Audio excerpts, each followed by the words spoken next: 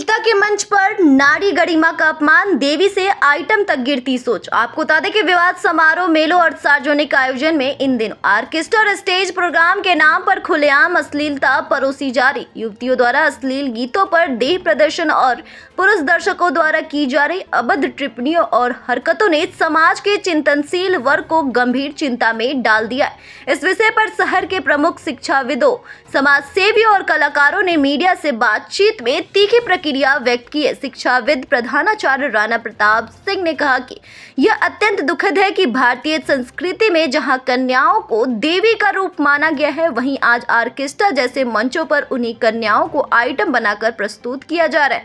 उनका मानना है कि यह न केवल कला का अपमान है, बल्कि समाज के नैतिक पतन का संकेत भी है। जाने माने शिक्षाविद डॉक्टर रविकांत मणि त्रिपाठी ने अपनी चिंता व्यक्त करते हुए कहा कि जब बच्चे और किशोर ऐसी प्रस्तुतियां देखते हैं तो उनके भीतर नारी के प्रति दृष्टिकोण विकृत हो जाता है।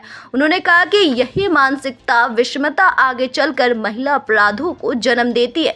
समाज सेवी राम प्रवेश भारती ने टिप्पणी की कि जिस कन्या को हम दुर्गा काली का रूप मानते हैं, आज उसी के शरीर पर निगाहें गड़ाकर भव्यता कसने वालों की भीड़ तालियां पीट रही है।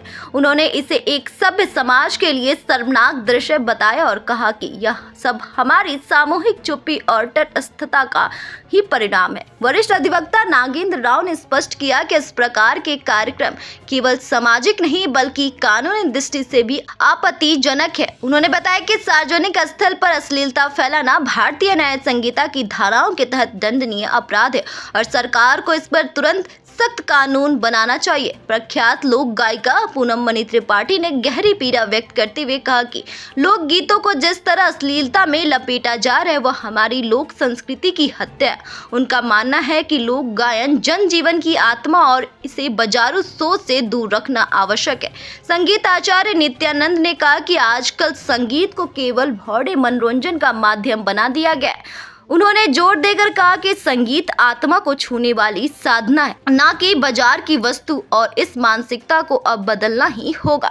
इन सभी विचारों के बीच एक बात स्पष्ट उभर के सामने आती है कि अब समय आ गया है कि प्रशासन इस विषय पर गंभीरता से विचार करे। समाज के इन प्रबुद्धजनों ने एक स्वर में यह मांग रखी है कि ऐसे आयोजनों की सघन निगरानी हो, बिना अनुमति के कार्यक्रमों पर पूर्ण रोक लगे और दोषी आयोजकों तथा कलाकारों के विरुद्ध कठोर दंडात्मक कार्रवाई की जाए। साथ ही शिक्षा संस्थानों, अभिभावक और सामाजिक संगठनों को मिलकर सांस्कृतिक मूल्यों की पुनः स्थापना हेतु प्रयास करने हों। BNY न्यूज के लिए रुद्रपुर से मोइन खान की खास रिपोर्ट। क्या आप मानते हैं कि ऑर्केस्ट्रा जैसे मंचों पर कन्याओं की प्रस्तुति भारतीय संस्कृति का अपमान है?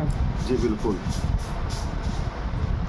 हमारी परंपरा है, हमारी संस्कृति में कन्याओं को देवी का स्वरूप माना गया है और उन्हें ऑर्केस्ट्रा में आइटम बना करके प्रस्तुत करना यह संस्कृति के खिलाफ है, कला का अपमान है। ये एकदम नहीं होना चाहिए, इस पर रोक लगनी चाहिए, इसके खिलाफ कानून बनानी चाहिए। जी, आपका परिचय? राणा प्रताप सिंह, मैं एक विद्यालय का संचालक हूँ। मंच पर दिखाई जा रही इन अश्लील प्रस्तुतियों को जब आजकल के बच्चे और किशोर, जिनकी उम्र ही ऐसी होती है जिसमें हार्मोनल चेंजेज हो रहे होते हैं, जब इसको देखते हैं तो उनके मन में वासना जगती है और कहीं न कहीं समाज में यह महिलाओं के प्रति अपराधों को जन्म देती है। और महिलाओं के प्रति अपराधों को जन्म देना तो चलो भाई एक और बात है, समाज में हमको और आपको सिर उठा के चलने लायक भी नहीं छोड़ती। जिस कन्या को हम देवी दुर्गा के रूप में पूजते हैं, आज उसी को ऑर्केस्ट्रा का आइटम डांसर बना करके गंदी निगाहों से देखने वाले आज सभ्य समाज को कलंकित कर रहे हैं। ये समाज और देश के लिए ठीक नहीं है। नमस्कार। लोकगीत हमारी आत्मा है, इसे बाजारू बनाकर पेश करना हमारी संस्कृति की आत्महत्या समान है। इसे रोकना बेहद ही जरूरी है। धन्यवाद।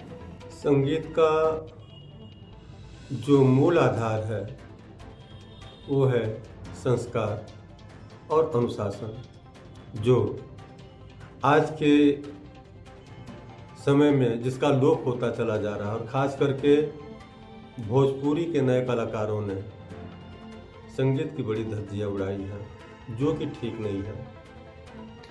सबसे बड़ी बात है कि इनके फूहड़ गीतों ने देवर और भाभी के रिश्ते को इतना खराब कर दिया है कि हम क्या कहें।